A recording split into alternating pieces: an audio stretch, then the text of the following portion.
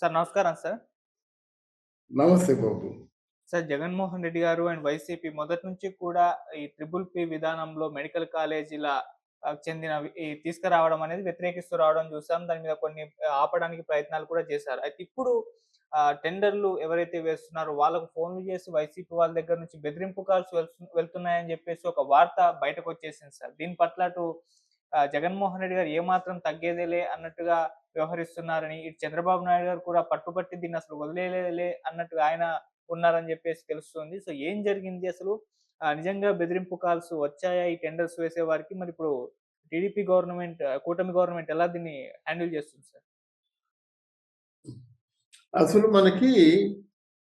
మన దేశంలో రక్షణ ప్రభుత్వానికి కూడా లేదు. ఏదైనా ప్రభుత్వం స్టేట్ గవర్నమెంట్‌కి ఏదో డెవలప్‌మెంట్ ప్రోగ్రామ్స్ పెట్టి ఆ స్టేట్‌ని డెవలప్ చేద్దామని వాళ్ళు ఏదో విధంగా యాతన పడి, కష్టపడి ప్రాజెక్టులు చేస్తే, ఆ ప్రాజెక్టుల్ని ఈ విధంగా తప్పుడు రాతలు రాసి, తప్పుడు ఇన్ఫర్మేషన్ ఇచ్చి, వాళ్ళు భయపెట్టి, భయభ్రాంతులు చేసి వెనక్కి వెళ్ళిపోయేలా చేయడం అనేది నాకు అర్థం కావడం లేదు. ఎందుకు ఇలా జరుగుతుందో. నా దృష్టిలో ఒక ప్రాజెక్టులో నిర్మాణంలో ఉంటున్నటువంటి డ్యామ్‌ని పడగొడితే ఎంత నేరమో, నిర్మాణంలో ఉంది. ఆ డ్యామ్ కట్టేటితే కొన్ని వందల ఎకరాలకి నీళ్లు వస్తాయి. ఆ డ్యామ్‌ని పడగొడితే ఎంత నేరమో, అలాగే ఎంఓయు అయిపోయినటువంటి ప్రాజెక్ట్స్, అలాగే ముందుకు వస్తున్న ప్రాజెక్ట్స్, రాబోయే ప్రాజెక్ట్స్ వీటిని వైభ్రాంతులు చేసి వెనక్కి మరలించడం, వెనక్కి వాళ్ళు పారిపోయేలా చేయడం, అవి ఆగిపోయేలా చేయడం కూడా అంతే నేరం. మరి ఈ నేరానికి శిక్ష ఉండదా? ఆ నేరానికి ఎవడో నేరస్తుడు దొరుకుతాడు, వాడు జీవితాంతం జైల్లో ఉంటాడు. వాడికంటే పెద్ద నేరస్తుడు అంటాను ఇలా చెడగొట్టేవాడు. మరి వీడి శిక్ష ఉండదా? అది నాకు అర్థం కాని ప్రశ్న. అరే, పబ్లిక్ ప్రైవేట్ పార్ట్నర్షిప్లో మనం ప్రాజెక్టులు చేద్దాం, దానికి అంత బడ్జెట్ లేదు, వాళ్ళకు కూడా బాధ్యత ఉంటుంది, రిమోట్ మన చేతుల్లో ఉంటుంది. మనం ప్రజలకి ఏ విధమైన సౌకర్యాలు చేయాలనుకుంటే, ఏ విధమైనటువంటి సౌలభ్యంగా మనం మరల్చుకోవాలంటే ఆ విధంగా మరల్చుకోవచ్చు అని చెలక చెప్పినట్టు చెబుతూ ఉంటే, లేదు ప్రైవేట్ కాలేజీలు 17 కాలేజీలు కట్టేసి అక్కడ పునాదులు వేయలేదు. ఏమిటి దారిని? ఇది ఎలా ఉందంటే రౌడీ పంచాయతీ లాగా ఉంది. మేము 17 కాలేజీలకి పెర్మిషన్ ఇచ్చామంటే నువ్వు ఇచ్చావయ్యా, వాళ్ళ కమిషన్ తీసుకొని ఇచ్చావు నువ్వు, ఇంకేదో వెస్టెడ్ ఇంట్రెస్ట్తో ఇచ్చావు నువ్వు కాంట్రాక్టుల దగ్గర. మరి ఇక్కడ ఆ కాలేజీలనే కంటిన్యూ చేయాలంటే ఎలాగవుతుంది? నువ్వు ఎందుకు కట్టలేకపోయావు? నువ్వు ఎన్ని కాలేజీలు కట్టావు? పులివెందులలో కాలేజీ కట్టావు, మిగతా 16 కాలేజీల తాలూకు ఆ పరిస్థితి ఏమిటో స్పష్టంగా చూపించారు కదా. తెలుగుదేశం పార్టీ వాళ్ళు చూపించారు. పునాదులు వేసే కొన్ని, గోడలు కట్టే కొన్ని, గోడల మధ్యలో ఆగిపోయిన కొన్ని, స్లాబ్ దగ్గరకున్నా ఉన్న కొన్ని ఇలాగున్నాయి. అందులో ఒక 5 కాలేజీలు 6 కాలేజీలు నిర్మాణాలు ఉన్నాయి, మిగతా శంకుస్థాపనలే. ఆ నిజాన్ని చెప్పకుండా మీ కాలేజీలు ఆపేస్తుంటే ఎలాగవుతుంది? పైగా ఇదేమో రౌడీ పంచాయతీ. పల్లెటూరులో రౌడీ పంచాయతీలు ఏం చేస్తారంటే, నువ్వు ఎలా కడతావో చూస్తాను రా అంటారన్నమాట. అంటే నువ్వు ఎలా కడతావో చూస్తానంటే సరే, మంది బలం ఉంటుంది, కడుతుండగా మనుషులు తీసుకెళ్ళి దాన్ని పడగొట్టేస్తాడు, అవసరమైతే మనుషుల్ని నరికేస్తాడు. పూర్తిగా తల పగలగొట్టి భయభ్రాంతులు చేసి ఇంకెవరిని దగ్గర రాకుండా చేస్తాడు. అది రౌడీ పంచాయతీ. ఇది గవర్నమెంట్ అండి. దీనికి ఒక చట్టం ఉంది. రాజ్యాంగంలో మన చట్ట పరిధిలోనే ఏ పని చేసినా చేయాలని మనం ఒప్పందం పెట్టుకున్నాం. మీరు ఎమ్మెల్యేలుగా ప్రమాణం చేసుకున్నప్పుడు, లేకపోతే ముఖ్యమంత్రిగా ప్రమాణం చేసినప్పుడు మీ చట్టాన్ని గౌరవిస్తామని ప్రమాణం చేస్తారు. మరి దీన్ని గౌరవించడం ఉంటారా, లేదా రాజ్యాంగం గురించి అస్సలు జగన్మోహన్ రెడ్డికి ఏమీ తెలియదు అనుకోవాలా? ఇది చాలా పరం. అయితే ఇంకోటి నా డౌట్ ఏంటంటే, ఇలాగ అవరోధాలు కల్పిస్తున్నప్పుడు కేంద్ర ప్రభుత్వం తాలూకు పార్టీ ఏమిటి, హోమ్ పార్టీ ఏమిటి, లా అండ్ ఆర్డర్స్ పార్టీ ఏమిటి? ఇలాగ వీరు ప్రాజెక్టులు చేస్తున్నారు, వాళ్ళు పాపం చెడగొడుతున్నారు. ఇలాగేదో కనెక్టెడ్ టు నిర్మాణాత్మకమైనటువంటి స్టెప్ తీసుకుంటున్నారు, వాళ్ళు బెదిరిస్తున్నారు, పడగొడుతున్నారు, డిస్టర్బెన్స్ చేస్తున్నారు. ఇలాంటి డిస్టర్బెన్స్ చేస్తున్నప్పుడు ఏమైనా శిక్ష లేదా? వీరు ఎంతకాలం ఇలా బెదిరిస్తూ ఉంటారు? బెదిరించను వాళ్ళు పవర్‌లో ఉన్నట్టయితే అర్థం ఉందండి. వీడు పవర్ లేదు. ప్రజలు తిప్పికొట్టారు. 151 సీట్లు కాస్త 11 సీట్లకి పరిమితం అయిపోయింది. మీ తాలూకు వర్గాలన్నీ వలసలు పోతున్నాయి. ఏరి మిగతా పార్టీల్లో కాళ్ళు పట్టుకునో, కడుపు పట్టుకునో బ్రతిమాలి మరి చేరిపోతున్నాయి. మీకేముంది గనక? అసలు జగన్మోహన్ రెడ్డి నువ్వెవరు? What is your stature?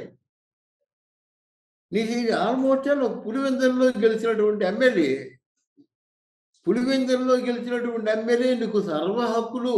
భారతదేశంలో నువ్వేమి చేయాలనుకుంటే అది చేసేసే హక్కులు నీకేదో ధారాదత్తం చేసినట్టు ఫీల్ ఎలా ఉంది?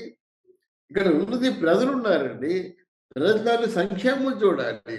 ఎవరైనా పొరపాటున ప్రజా సంక్షేమానికి విఘాతం కలిగించినట్టయితే నువ్వు ప్రతిపక్ష హోదా లేదు, ప్రతిపక్షంలో ఉన్నావు కనుక వాళ్ళకి చెయ్యందించి అది సజావుగా సాగేలా చేయాలి. అది నీ తాలూకు బాధ్యత, అది నాయకుడి తాలూకు బాధ్యత. ఇదేదో రౌడీ పంచాయతీ లాగా ఉంది. ఈ పంచాయతీ తప్పకుండా శిక్ష అనుభవిస్తాడు. 4 బిట్స్ వేశాడు చంద్రబాబు నాయుడు. 4 మెడికల్ కాలేజీకి బిట్స్ వేశాడు.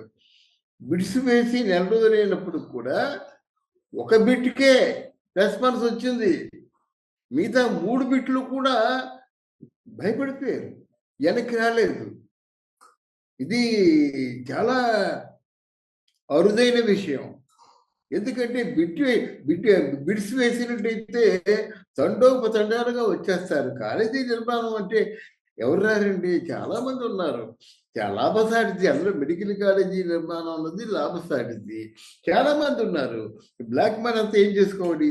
అటువంటిది ఎవరు రాలేదు, ఒక బిడ్డకి వచ్చారు. అంటే ఎంత భయపెట్టారో చూడండి. ఇదేమన్నది ఆయన జాగీరా? దీని మీద తిరగబడాలి, మేధావి వర్గం తిరగబడాలి, ప్రజలు తిరగబడాలి. తర్వాత అక్కడ హైకమాండ్ కూడా ఇటువంటి రాష్ట్రాల సంక్షేమమే కదా వాళ్ళ దృష్టి. ప్రభువు అంటే మొత్తం భారతదేశానికి ప్రభువు కేంద్రంలో ఉంటాడు. వీళ్ళందరూ సామంతులు. సామంత రాజ్యం ఒకటి ఈ విధంగా స్ట్రగుల్ అవుతున్నట్టయితే వాళ్ళ తాలూకు బాధ్యత ఏమిటి? ఎవరైనా 29 రాష్ట్రాల్లో ఏ రాష్ట్రానికి ఏ కెలామిటీ, ఏ కష్టం వాటిల్లినప్పుడు కూడా కేంద్రానికి వెళ్ళే కదా ఫిర్యాదు చేసుకుంటారు. కేంద్ర దృష్టిలో ఇంత నేరస్తులైనప్పుడు ఈ నేరస్తుల మీద వాళ్ళు తీసుకున్న శ్రద్ధ ఏమిటి? ఈ నేరస్తుడికి వాళ్ళు వేస్తున్న శిక్ష ఏమిటి? ఇలాగే పెంచుకుంటూ పోయినట్టు దాన్ని ఏమవుతాడు రేపు పొద్దున్న? ఆ దృష్టిలో రాజకీయ రేపు ఎలక్షన్స్ అయ్యేటువంటి పరిస్థితుల్లో దగ్గర పడుతున్న కొద్దీ ఒక రావణ కాస్త్రం అయిపోతుంది అన్నమాట. ఆయన చేతిలో పదవి లేకపోతే ఉండలేడు. ఫ్రస్ట్రేషను, అహంకారం. దీంతో ఇప్పుడు మంగమ్మ జాతరలో పొట్టేళ్ళు తలకాయలు నరికినట్టు రఫా రఫా అన్నాడు. రఫా రఫా అన్నందుకు ఇంట్లో ఏదో నా గుంట్లో బాగలేదని కూర్చున్నాడు, అస్వస్థతగా ఉందని మనుషుల్ని పంపించి రక్తదాహం, రక్తాభిషేకాలు చేయించుకున్నాడు. ఇదండి నాయకత్వ లక్షణాలు. వీటిని సమర్థిస్తారండి. అందువల్ల చంద్రబాబు నాయుడు అన్నాడు, ఆయన ఖచ్చితంగా ఆయన బాధ్యత. నువ్వు మంచి చేద్దాం అనుకుంటున్నావు, నువ్వు ఎలా కాపుచేస్తా నువ్వు చూస్తా అంటాడు. ఎలా కాపుతాడో చూస్తాడు. మరి అవసరం వచ్చినట్లయితే ఆయన పూర్తిగా నేను మీనమేషాలు లెక్క పెట్టుకుంటూ కూర్చుంటాడు. కానీ అవసరమైతే తప్పకుండా జైల్లో పెట్టాలి. నేరస్తులు ఏం చేస్తారండి? నేరం చేసే వాళ్ళు ఏం చేస్తారు? ప్రజా సంక్షేమానికి విఘాతం కలిగించే వాళ్ళు ఏం చేస్తారు? జైల్లో పెడతారు. దాని నేరానికి డాక్యుమెంట్లు పెట్టేసే అవసరం లేదు.